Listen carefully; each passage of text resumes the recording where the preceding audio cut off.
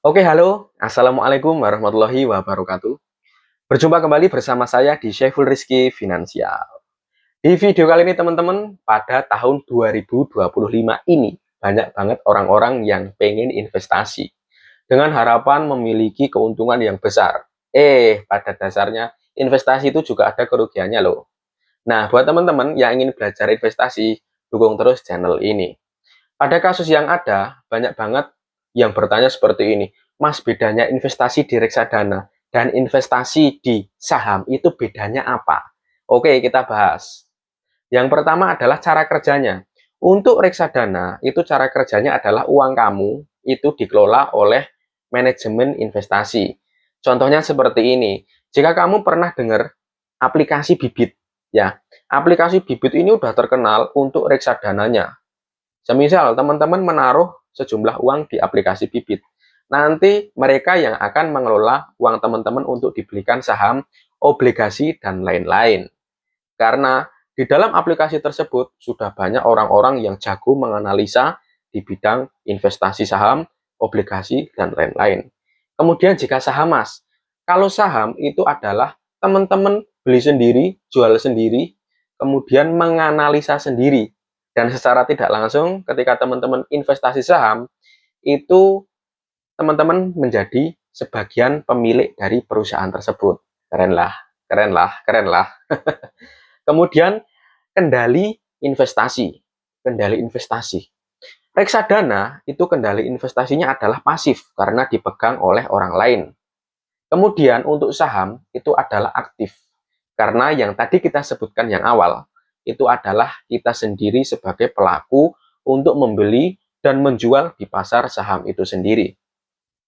Kemudian Mas, jika saya ingin investasi di reksadana, modal awalnya berapa?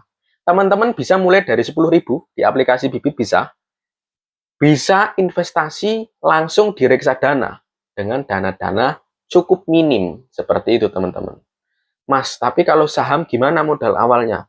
Kalau saham itu hitungannya adalah per lot atau per lembar. Jika teman-teman beli, semisal contoh, teman-teman beli saham dari BBRI, contoh harga per lotnya 1 juta, contoh.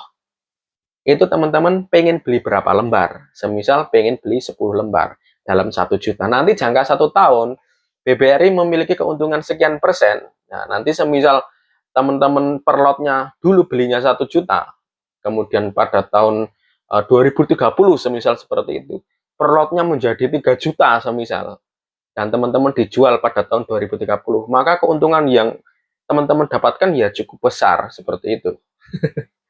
Oke, jadi cukup mudah untuk membedakan antara reksadana dan saham.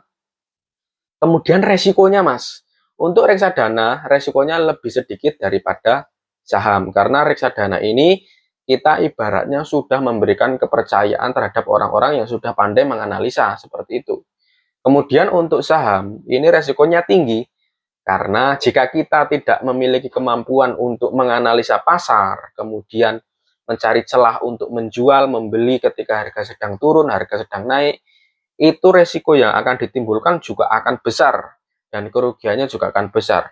Tapi untungnya juga akan besar juga ketika teman-teman mendapat profit seperti itu.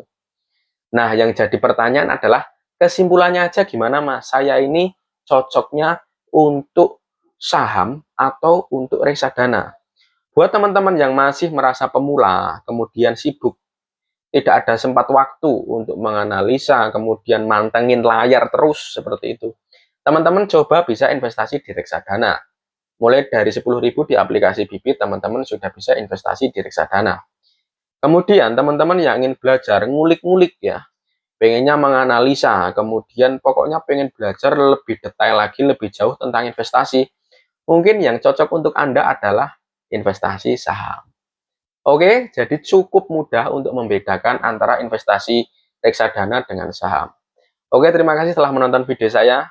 Semoga teman-teman senang di channel ini dan selalu dukung channel saya. Terima kasih. Wassalamualaikum warahmatullahi wabarakatuh.